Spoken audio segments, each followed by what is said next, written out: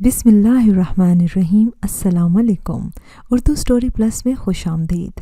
Viewers, आज फिर आपके लिए किसी की ज़िंदगी पर बीती सच्ची कहानी लेकर हाजिर हुई हूँ। नए आने वाले साथियों से गुजारिश है कि अगर अभी तक आपने हमारा channel Urdu story plus subscribe नहीं किया तो इसको लाजमी सब्सक्राइब कीजिए और साथ लगे बेल आइकन को भी प्रेस कर लें ताकि आपको हमारी हर न्यू वीडियो की नोटिफिकेशन भी टाइम पर मिलती रहे। चलिए अपनी कहानी शुरू करते हैं। मेरा नाम अक्सा है। 5वीं जमात में मेरी दोस्ती फरसाना से गहरी हो गई। इसके अब्बू ज़मींदार थे। फरसाना का कुशादा मकान हमारे घर के करीब था। मेरे वालिद इनके माल मवेशी संभालते थे, तभी अम्मी का इनके यहाँ आना जाना रहता था। वो छोटे मोटे कामों में फरसाना की वालदा का हाथ भी बटा दिया करती थी। बचपन से ही मैं इस घराने से मानूस थी। अम्मी के हमरा इनके घर आया जाया करती थी, तभी मेरी दोस्ती फरसाना से हुई। वो बहुत अच्छी लड़की थी। इसकी माँ ने भी अपने बच्चों के जहन में ये बात ना डाली थी कि वो अमीर हैं और हम गरीब हैं। वो हमसे अच्छा सलूक रवा रखती थी। मुझे और फरसाना को एक साथ खाना देती और साथ बिठाकर खिलाती। ताहम मुझे इनके घर जाकर इस बात का एहसास शिद्दत से होता था कि वो बड़े लोग हैं, अमीर हैं और हम गरीब हैं। हमारा इनका मुकाबला नहीं। एहसास कमतरी की सबसे बड़ी वजह हमारे और इनके घर के रहन सहन का फ़र्क था। इनका मकान आलीशान, सहन वसी और बरामदा कुशादा। फर्नीचर भी ऐसा था जिसको काबिल दीद कहना चाहिए, जबकि हमारे घर में पर्दे थे और ना उम्दा फर्नीचर था, बल्कि मोटे बांध की टूटी फूटी चारपाइयाँ थी। मेरा नन्हा सा दिमाग इस तबकाती फ़र्क के असबाब तलाश करने की सलाहियत ना रखता था, लिहाजा अपने घर की गुर्बत का एहसास सताने लगा।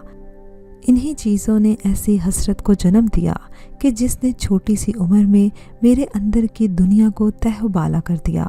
हर दम यही सोचती थी कि एक अच्छी ज़िंदगी को हासिल करने के लिए क्या करना चाहिए। जो जो उम्र बढ़ती गई शऊर भी बढ़ता गया। जब फरसाना को स्कूल दाखिल किया गया, इसकी माँ यानी कि बीबी साहिबा ने मेरी अम्मी को मजबूर किया कि वो मुझे भी स्कूल में दाखिल करवा दें।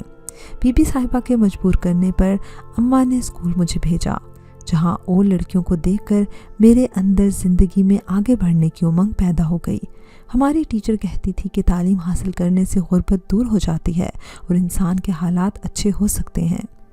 जिन दिनों में 5वीं जमात में थी, खाला आसिया एक दिन घर आई और अम्मी से कहा, बस अब अपनी बेटी की मंगनी मेरे बेटे जावेद से कर दो, 3-4 साल बाद शादी कर देना। जब मैंने खाला का मंशा सुना तो दिल मेरा डूब सा गया। खाला लोग तो हमसे ज़्यादा गरीब थे। खाला बेवा थी, सारा दिन लोगों के घरों में काम काज करती। इनका बेटा जावेद भी कोई ख़ास काम नहीं करता था, वो अनपढ़ था। भला इस घर में मेरी किस्मत का सितारा कैसे रोशन हो सकता था कि अमीरी के ख्वाब में पूरे कर सकती। खाला और जावेद हकीर फ़कीर मुझे नज़र आने लगे। पहले ही इनके घर जाना मुझे पसंद ना था। स्कूल की सहेलियां और हम जमात लड़कियां खुशहाल घरों की थी। इन्हीं जैसे घर अब मेरे ख्वाबों में बस गए थे। सोचों के करताब में फंसी मैं 15 बरस की हो गई। दुआ करती कि खाला और जावेद से वास्ता ना पड़े और कभी इनके घर बहू बनकर ना जाऊं। ये बात ज़बान से कह न पाती कि अम्मा से मुझे डर लगता था। जाहिर है अम्मी का यही जवाब होता, जावेद से शादी ना करोगी तो क्या कोई शहज़ादा तुम्हें ब्याने आएगा। हमारे मोहल्ले में हाशिम रहता था, जिसका बाप कमाने दुबई गया हुआ था। पहले ये लोग हम जैसे थे, लेकिन जैसे ही उसका बाप दुबई चला गया तो रफ्ता रफ्ता इनका शुमार खुशहाल लोगों में होने लगा। हाशिम अकलौता था, सर पर बाप का साया ना था और माँ मस्कीन सी औरत थी। तभी हाशिम ने परपुर से निकाल लिए। वो माँ को कुछ ना समझता और बाप की कमाई पर ऐश में रहता था। जितने रुपए चाहता वालदा से छीन लेता। शहर के मेले ठेलों में घूमता और नित नए कपड़े बनवा कर गाँव में गबरू बना फिरता। 15-16 बरस की लड़कियां तो बस ज़ाहिरी शोशा पर मर मिटती हैं। ये बेफिक्रा, खुश खुराक और सूरत भी अल्लाह ने अच्छी बनाई थी, तभी सेहत काबिल रश्क थी। जब से इनके घर में खुशहाली आई थी, इसका शुमार खूबसूरत नौजवानों में होने लगा था। तब टिप टॉप ऐसी कि वो हर गांव की गोरी का आइडियल बन गया। मैं हाशिम की वालदा यानी कि खाला तनवीर के घर अक्सर उधार लेने जाती थी। जब घर में किसी शय की कमी होती, अम्मा मुझे इनके घर दौड़ा देती। खाला तनवीर कुछ भी देने से कभी इनकार न करती थी, क्योंकि मेरी माँ से इनकी बचपन से संगत थी और रुपए पैसे से इनका दिल ना बदला था। میرا ان کے ہاں بچپن سے آنا جانا لگا رہتا تھا، اسی باعث ہاشم میرے لیے اجنبی نہ تھا۔ اکثر سامنا ہو جاتا اور ہم بات چیت بھی کر لیا کرتے تھے۔ رفتہ رفتہ میرے دل میں اس کے ساتھ جیون بسر کرنے کے خوابوں نے بسیرا کر لیا۔ اس کے مقابلے میں بھلا جاوید کی کیا اوقات تھی؟ میں تو اس کی شکل بھی دیکھنے کی روادار نہ تھی۔ اندازہ نہ تھا کہ میرا اندازہ کتنا غلط ہے۔ ہاشم ایسی صفات کا مالک نہ تھا جیسا اسے سمجھ رہی تھی۔ اس وقت اتنی عقل تو نہ تھی جو سوچتی کہ ہاشم جو گاؤں کے بیکار نوجوانوں کے بیچ ہیرو بنا پھرتا ہے، دراصل یہ اس کے باپ کی کمائی کا کمال ہے۔ بھلا اس کے ساتھ زندگی اچھی کیوں کر گزرتی جس میں خود کمانے اور کر دکھانے کی صلاحیت نہ ہو؟ اس پہ سونے پہ سہاگا یہ کہ 5ویں پاس کر کے اس نے اسکول کو خیر بات کہہ دیا اور اب آوارہ لڑکوں کے ساتھ وقت پاس کر کے بے مقصد زندگی بسر کر رہا تھا۔ جب دل کسی پر آ جائے تو پھر نفع نقصان کون سوچتا ہے؟ میں بھی ہر دم یہی دعا کرتی تھی کہ ہاشم سے میری شادی ہو جائے، لیکن ماں اپنے ارادے کی پکی تھی۔ وہ میرے بارے میں جو کچھ سوچ بیٹھی تھی اب اسے عملی جامہ پہنانے کے در پہ تھی۔ جس روز خالہ آسیہ جاوید سے میری منگنی کی تاریخ لینے کے لیے آئیں، ان کو دیکھ کر خود کو کمرے میں بند کر کے میں نے رونا شروع کر دیا۔ وہ کچھ پریشان ہوئیں تو ماں نے بات بنا دی کہ صبح سے اس کے پیٹ میں درد تھا۔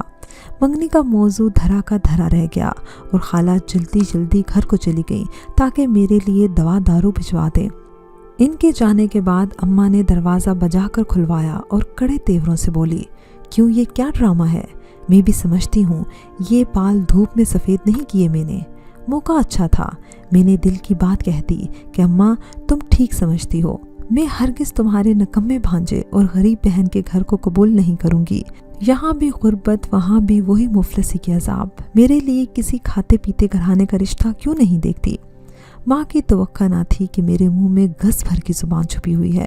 وہ پاؤں سے جوتی اتار کر تابڑ توڑ میری کمر پر برسانے لگیں، پھر کہا کہ نامراد 5 جماعتیں کیا پڑھ لی تو نے، گھس بھر کی زبان ہو گئی ہے۔ اماں نے اگلے روز خالہ کو بلا کر نکاح کی تاریخ طے کر دی۔ میں تو ہاشم سے آخری ملاقات بھی نہ کر سکی اور اماں نے مجھے 3 کپڑوں میں لپیٹ کر خالہ کے آنگن میں دھکا دے دیا۔ نکاح کے بول جاوید سے پڑھواتے ہی ماں کا آنگن پر آیا اور خالہ کا گھر میرا ہو گیا۔ جس گھر کو اپنا گھر نہیں بنانا چاہتی تھی، جس گھر سے میں دور بھاگتی تھی، وہی گھر اور وہی غربت میرا مقدر بن چکی تھی۔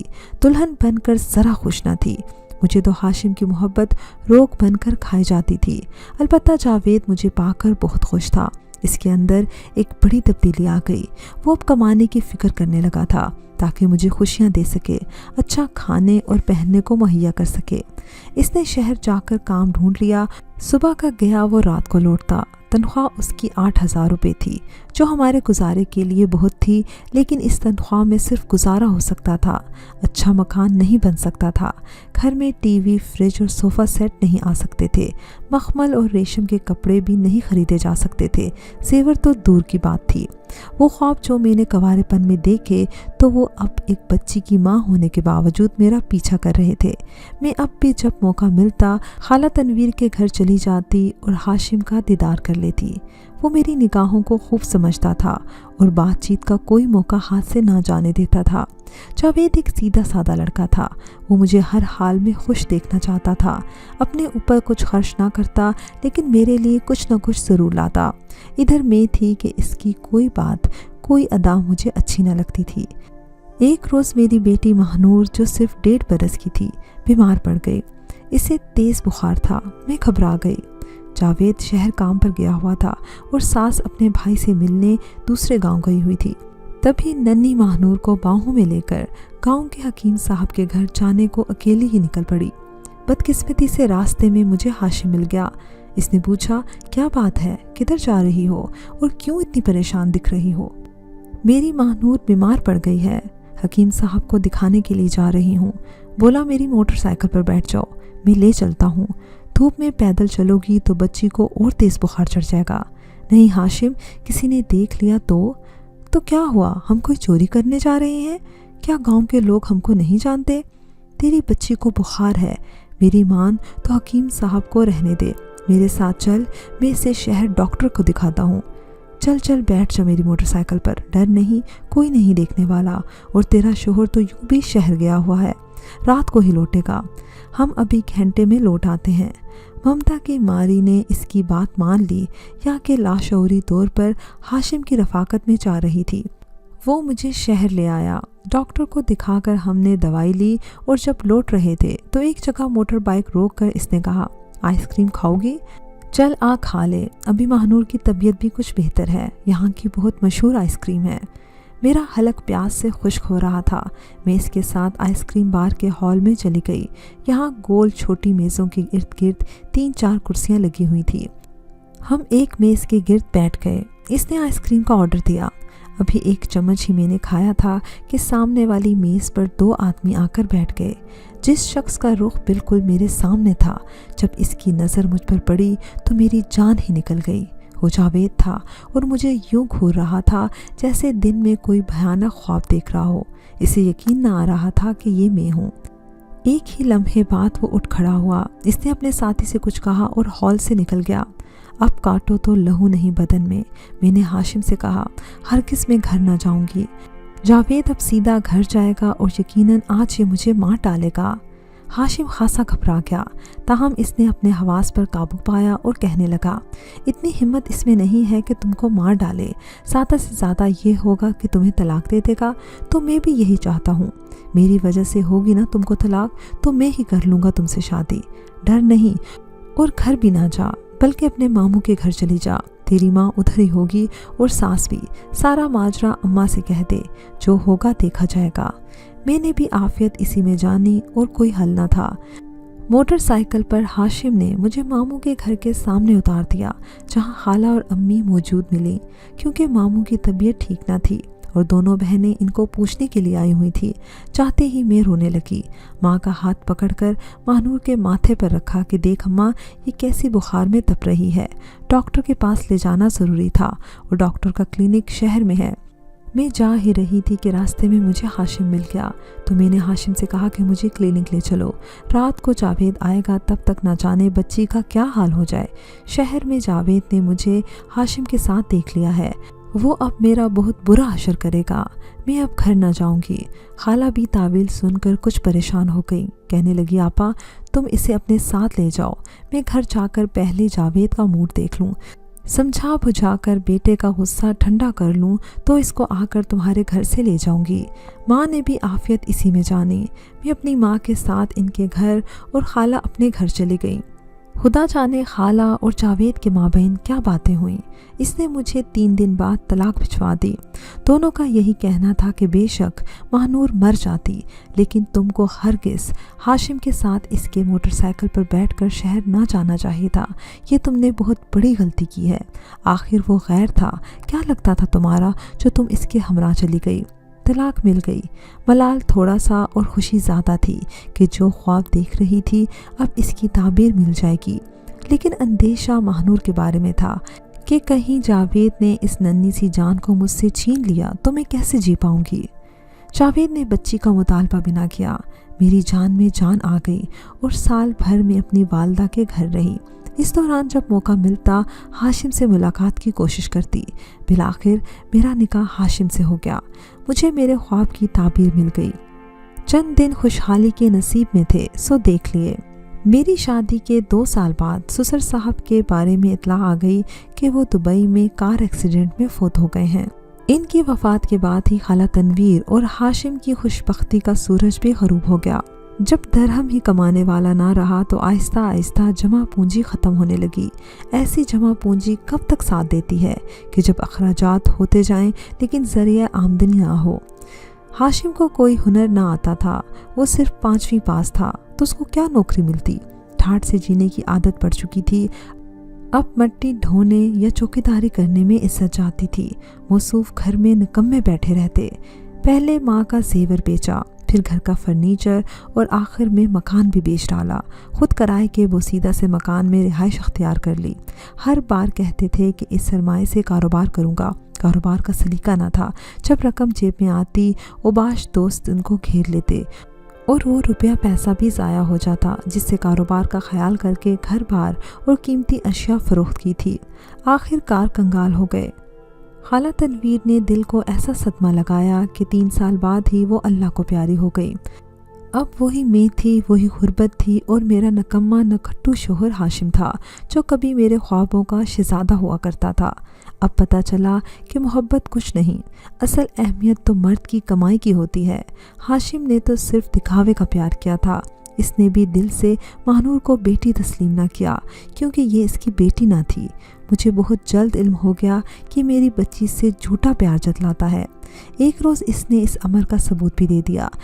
जब महानूर 16 बरस की हो गई तो 5 लाख के एवज़ इसका निकाह एक उम्र रसीदा बूढ़े से कर दिया और मेरी बच्ची को रुपयों की खातिर अंधे कुएं में धकेल दिया। मैं कुछ भी ना कर सकी। रोती हुई महानूर के आंसू कभी ना पहुंच सकी। इसे इस जुल्म से क्यों कर बचाती कि इसका कोई वाली वारिस था ही नहीं। हाशिम ने कहा, शुक्र करो कि इज्जत से तुम्हारी लड़की एक खुशहाल घर में ब्यादी है, वरना जाने इसका क्या हशर होता। गुर्बत इसका भी मुकद्दर बन जाती। खुशहाल घर तो था, मगर बूढ़े शोहर की मनकूहा के पास वो खुशियाँ न थी जो एक जवां साला दुल्हन का हक होती हैं। अब पछताती थी कि क्यों अपने ख्वाबों की दीवानी बनकर मैंने सब कुछ लुटा दिया। दौलत मेरे मुकद्दर में थी ही नहीं। दौलत उसको मुयस्सर आती है जिसके नसीब में हो। जावेद कोई चला गया। मेरे बाद इतनी उसने दौलत कमाई कि गांव में महल नुमा मकान बनवाया। जावेद अपनी दूसरी बीवी और बच्चों के साथ खुशो खुर्रम जिंदगी गुजार रहा है। मैं एक लालची औरत थी और इस लालच की मुझे खूब सज़ा मिली। व्यूअर्स, मुझे उम्मीद है कि आपको हमारी आज की कहानी पसंद आई होगी। अगर कहानी पसंद आई है तो इसको लाइक कीजिए, शेयर कीजिए और कमेंट सेक्शन में अपनी राय का इजहार लाजमी कीजिएगा। अगर अभी तक आपने हमारा channel Urdu story plus subscribe नहीं किया तो इसको लाजमी सब्सक्राइब कीजिए और साथ लगे बेल आइकन को भी प्रेस कर लें, ताकि आपको हमारी हर न्यू वीडियो की नोटिफिकेशन भी टाइम पर मिलती रहे। अगली वीडियो तक इजाज़त दीजिए। अल्लाह हाफ़िज़।